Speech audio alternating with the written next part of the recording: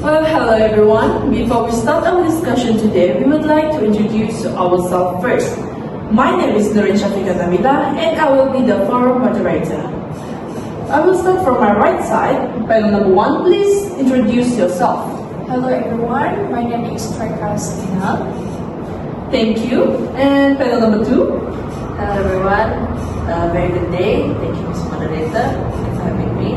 My name is NURAZIERRA and I'll be your panel number 2. Thank you so much. And moving on to my left side, panel number 3, please introduce yourself. Hello everyone, my name is NADIERAHYULL. I'm panel number 3.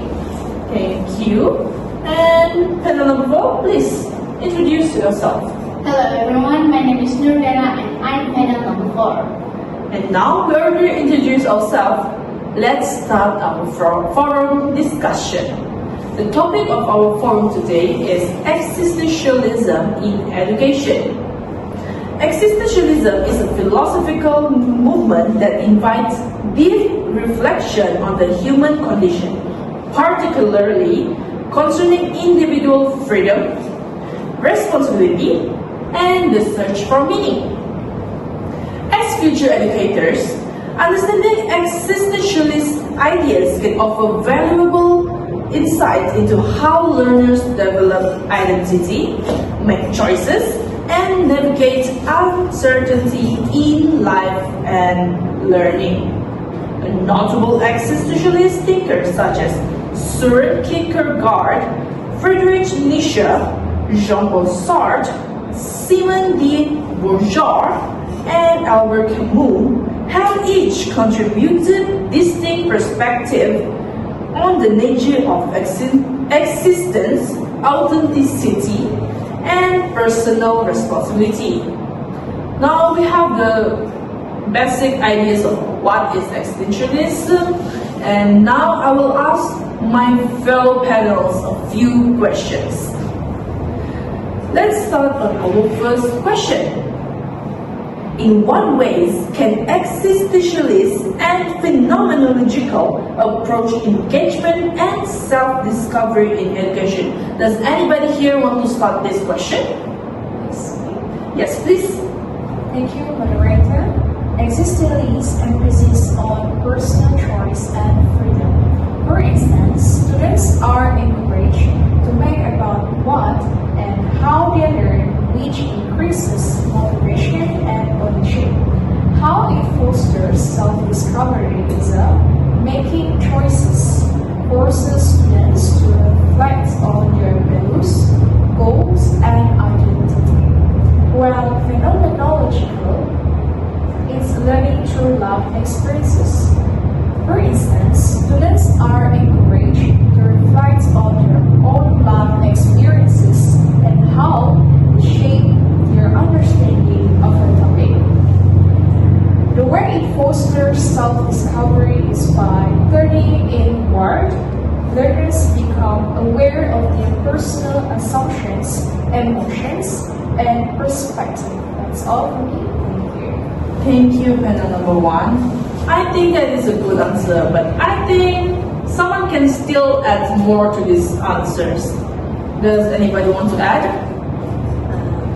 Excuse me, Ms. Moderator. I would like to elaborate more based on what panel number 1 just shared. Okay, sure, please. Alright, so based on the question being asked, I can direct state that existentialist and phenomenological approaches can profoundly enhance engagement and self-discovery in education by shifting the focus from observing knowledge to personal lived experiences. So, for example, in existentialist approaches, it actually focusing more into individual freedom, responsibility, and a human understanding or approaches. When we talk about existentialists in education, for instance, students are actually encouraged to explore why learning matters to them personally and how this deepens by connecting with their values and experiences. If we talk about phenomenological approaches, focuses on lived experiences and how individuals make sense of themselves. For example, students, they reflect on their own experiences, emotional responses, and perception. And other than that, a deeper understanding of themselves. So, to understand better on how both existentialism and phenomenology together, it's actually a human-centered education where learning is not just about gaining knowledge, but also about becoming more conscious, self-aware, and engaged person. I'm passing back our discussion to you, Ms. Moderator. Very good, panel number 2. I really love your explanation. Now, let's moving on to our next question, question number 2. Can phenomenology help educators better understand students' life experiences? How might this perspective shift teaching methods? Since I just love the way panel number 2 explained from question number 1, do you want to answer this question number 2? Yes, sure. Thank you, Ms. Moderator.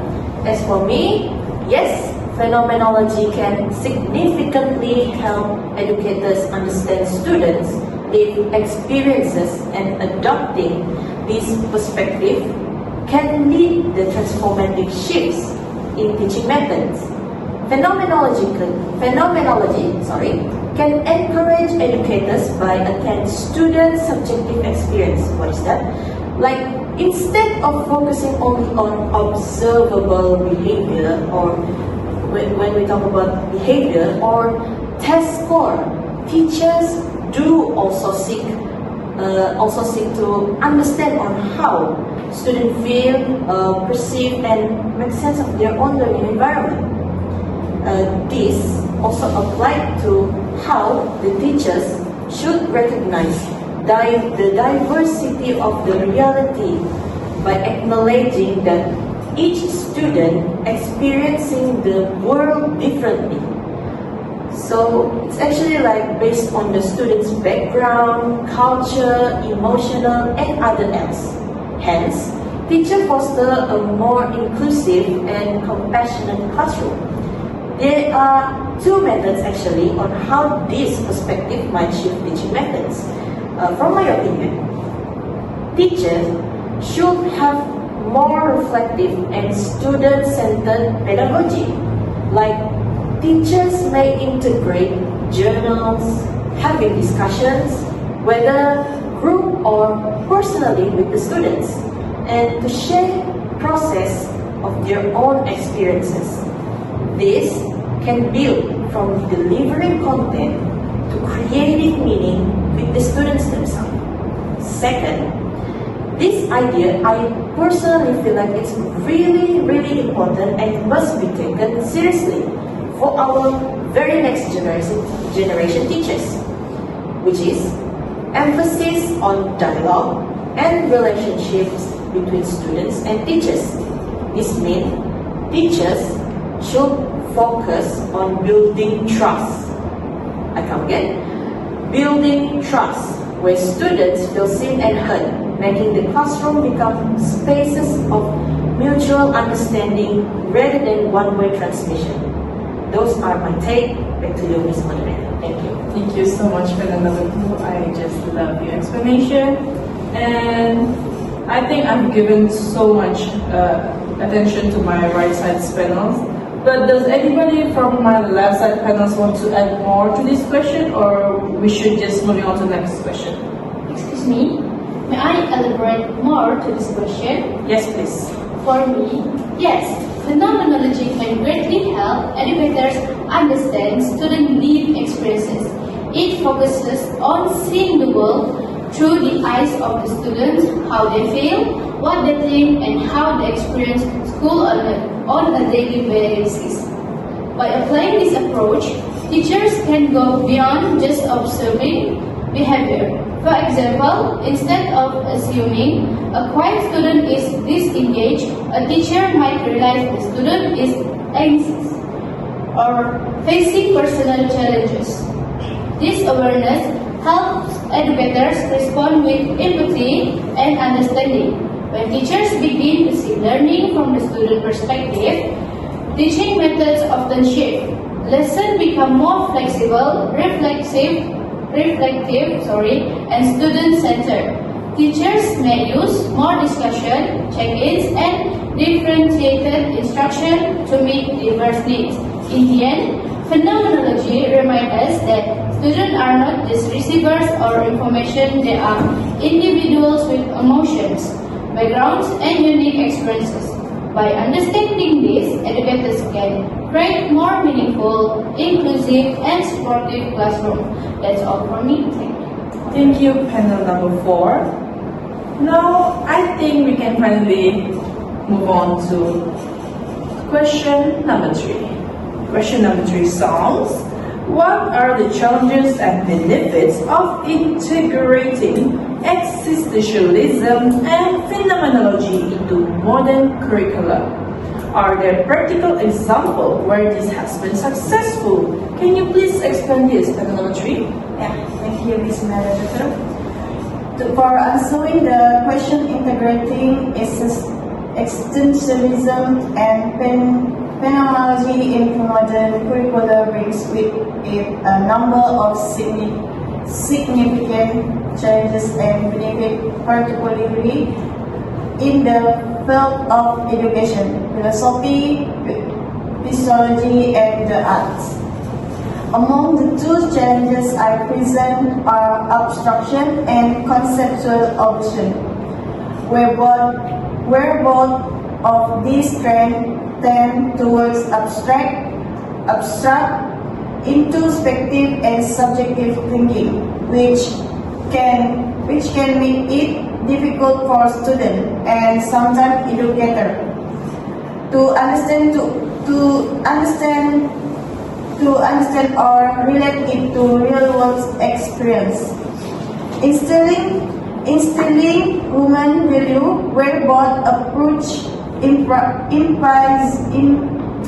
emphasizes human dignity, freedom, and authenticity, are susceptible for shaping individuals who are more impacted and socially responsible. That's all from me. Thank you, panel number 3. You did a good job on explaining your part. Now, I think someone in here can still add this more to this question. Yes, please. Thank you, moderator. The benefits of existentialism in education is to promote self-discovery, which is students explore questions of identity, purpose, and values. It also encourages introspection and development of personal meaning. While the challenges of integrating existentialism into education is the conflict with standardized system, which is existentialist ideals resist fixed curricula, grading systems, and standardized testing, which dominate modern education. For phenomenology, the benefits of integrating phenomenology into education is centers the life experience of students. For instance, encourages students to reflect on how they experience content, not just what the content is. It also fosters deeper personal connection and emotional engagement with learning. While the challenges of integrating phenomenology into education is difficult to assess. Is it traditional education values measurable outcomes, but phenomenological learning is often introspective and qualitative. That's all for me. Thank you, panel number 1. And now we are finally at our last question, question number 4. How can educators balance structured learning with the existentialist idea of personal meaning making in education? I would like to have our panel number 4 to answer this question. However, before you start, can you please answer this slowly so we can still understand you properly? Don't worry, your answer just now is fine, we can still understand it, but we want to understand it better, so please talk slowly and take your time. You may start. Thank you for the question, moderators. Balancing structured learning with the existentialist idea of personal meaning making is a challenge, but it's not impossible. Structured learning provides the foundation skill, knowledge and discipline that students need to function academically and socially. However, existentialist philosophy reminds us that education should also help students discover who they are, what they value, and what gives their life meaning. To achieve this balance, educators can create space within structure.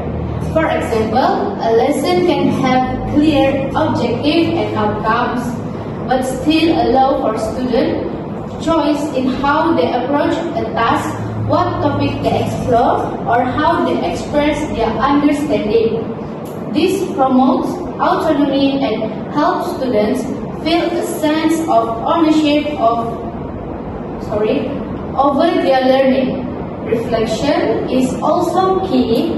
Teachers can integrate activities that ask students to connect content to their life, beliefs, and goals. Even instructed subjects like math or science, teacher can ask, how is this meaningful to you, or where do you see this in your world? Ultimately, balancing structure and personal meaning means guiding students with purpose while still honoring their freedom to ask questions, challenge ideas, and shape their own pace. It's not about choosing one over the other, it's about weaving both together to create deeper, more authentic learning experiences. That's all from me. I will pass it to the moderators again. Thank you. Thank you, panel number 4. You did well on explaining it so we can all understand. Now, I want panel number 3 to add more to this question, since I think you can still add more for the answers, but please just take your time. I notice you are struggling a little on the pronunciation. Just take your time. We are waiting. We don't mind to wait for you. Okay, thank you, Ms. Moderator. To put more point for that question, educators need to combine systematic structure with space for self-experience, freedom of choice, and the search for personal meaning by students. Among them is encouraging personal reflection, existentialism, empires to search for meaning in life and oneself. In education, educator can provide space for reflection, thought learning. Educator can provide space. In action, educator can provide speech for reflection, thought learning, journals, open class discussion of or reflective question after each lesson. In conclusion, balancing structure and existentialism require a pedagogy sensitivity that use structure framework while still providing space for freedom, choice and personal meaning. In other words, educator acts as guide who provide a map but allow students to choose their own path. Thank you. That's all from me. Thank you, panel number 3. I am so proud of you on keep trying to finish your part. Now, we already answered to all those 4 questions and we are finally at the end of our forum. From all those answers that my panels have already given, we can see that existentialism is very important in education. And with that, we end our forum here. Thank you so much.